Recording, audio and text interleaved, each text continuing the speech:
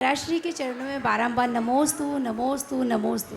महाराज श्री, मेरा प्रश्न है, जीवन जीने और जीवन को व्यतीत करने में क्या फ़र्क है? अगर हम जैन कुल में जन्म लिए हैं तो जीवन को जिए कैसे, या कि फिर जीवन को व्यतीत कैसे करें? बहुत अच्छी बात। नमोस्तु महाराज। जीवन जीने में और जीवन को व्यतीत करने में क्या फ़र्क है? बहुत अच्छा सवाल है।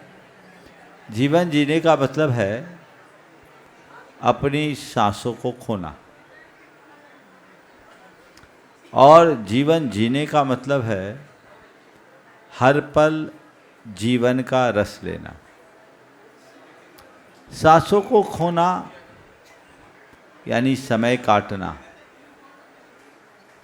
और जीवन का रस लेना यानी हर समय को अपने जीवन का एक नया अनुभव बनाना। जो व्यक्ति जीवन के मर्म को जानता है, जीने की कला अपनाता है, वह जीवन व्यतीत नहीं करता,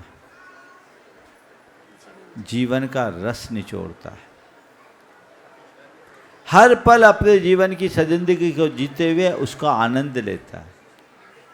उसके जीवन में मायूसी, बेबसी और लाचारी नहीं होती। उसके अंतर मन में हर पल आनंद की अनुभूति होती। तो वो चीज़ें जगाए। आपने पूछा है जीवन जीने का क्या तरीका होना चाहिए। 4 बातें अपना लो तो जीवन जीने का आनंद लोगे। पहली बात, अपनी सोच को सकारात्मक बनाकर चलो। अगर सोच सकारात्मक होगी तो जीवन में हम कभी विचलित नहीं होंगे। दूसरी बात, सुख दुख को जीवन का हिस्सा मानो। सुख भी मेरे जीवन का पार्ट है, दुख भी मेरे जीवन का पार्ट है, और इन दोनों में स्थिरता बनाए रखना जीवन का आर्ट है। समझ गए? तो सुख दुख दोनों को जीवन का अंग मानो। जैसे सुख को का सत्कार करते हो, वैसे ही दुख को स्वीकारने की क्षमता विकसित करो। जो मनुष्य दुख को स्वीकारने की शक्ति प्रकट कर लेता है, उसके जीवन में कभी हताशा नहीं होती, वह दुखी नहीं होता।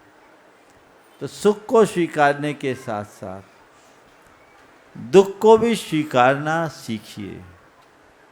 तीसरी बात, संयोग वियोग जीवन मरण हानि लाभ में स्थिरता रखे।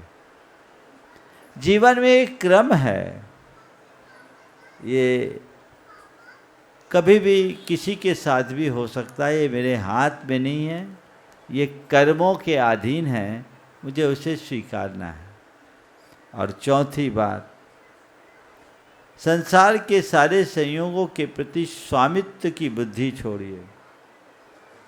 अपने आप को एक व्यवस्थापक की हैसियत से देखिए। मैं मालिक नहीं हूं, मैनेजर हूं। मेरे हाथ में केवल प्रबंध है, नियंत्रण नहीं। बस ये सोच बन जाए तो जीवन में कभी दुख आएगा ही नहीं, हर पल आनंद की अनुभूति।